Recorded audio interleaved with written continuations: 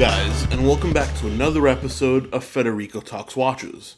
And boy, is it good to be back. Well, today I want to talk about a little news story that was announced, I think, on October 3rd, and I wanted to give my opinion on it. And that is the new Patek Philippe 40th Anniversary Nautilus. Now, before we get started, of course, customary wristwatch check. Today, I'm wearing the Panerai Radiomir 380 on an alligator strap. Thank God summer's over, at least for the fact that I can now wear strap watches again. And this is probably one of my top 3 pieces of my collection, at least in my opinion. So I'm really happy to be able to bust it out again. So, the Patek Philippe Nautilus 40th Anniversary Edition. Well, the original Nautilus came out in 1976, a few months after the Royal Oak, and was designed by Genta. And of course, just like any good watch brand, you gotta capitalize on anniversaries and come out with a limited edition to sell some more watches. And Patek Philippe did just that. And this is model number 57111P. P for platinum. Yes, the new limited edition Nautilus is platinum, in case you haven't noticed. I mean, of course, it looks the same. It's a white metal, but it is indeed platinum. Now, not much has changed. It's still 40 millimeters, and it's still got the same 324 SC movement, which is automatic manual winding with a date. And, it looks pretty much the same, but there are a few differences, a few key differences. Firstly, of course, the platinum construction. Platinum is a precious metal, significantly harder than steel, and of course, significantly more expensive.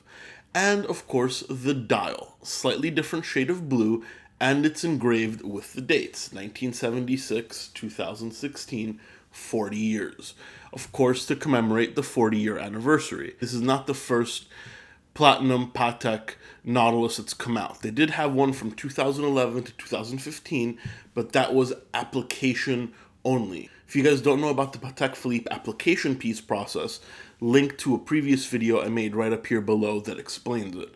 So that was an application piece. This will be distributed in limited numbers, of course, to retailers, so no application is necessary. And the dial has baguette hour markers, and this is 12 baguettes going all around.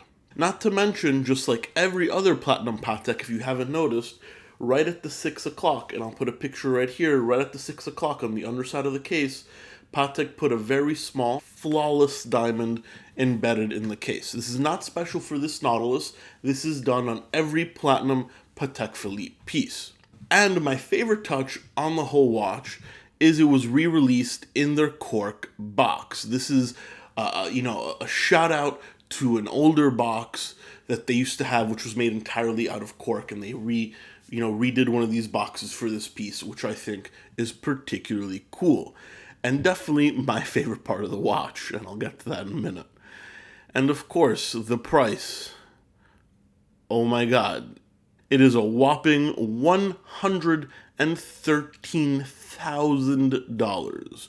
Now guys, this is for the time-only version. Patek also came out with a chrono, which I'm not going to talk about in this video, but $113,000.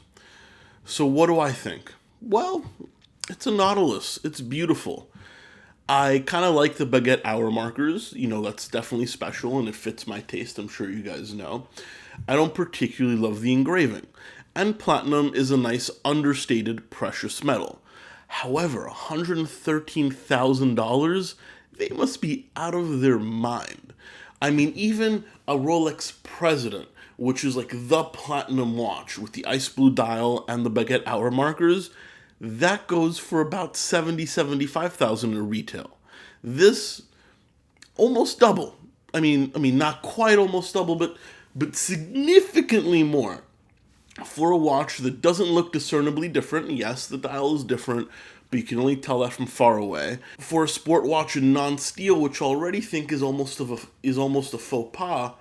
So, honestly, I don't know how I feel.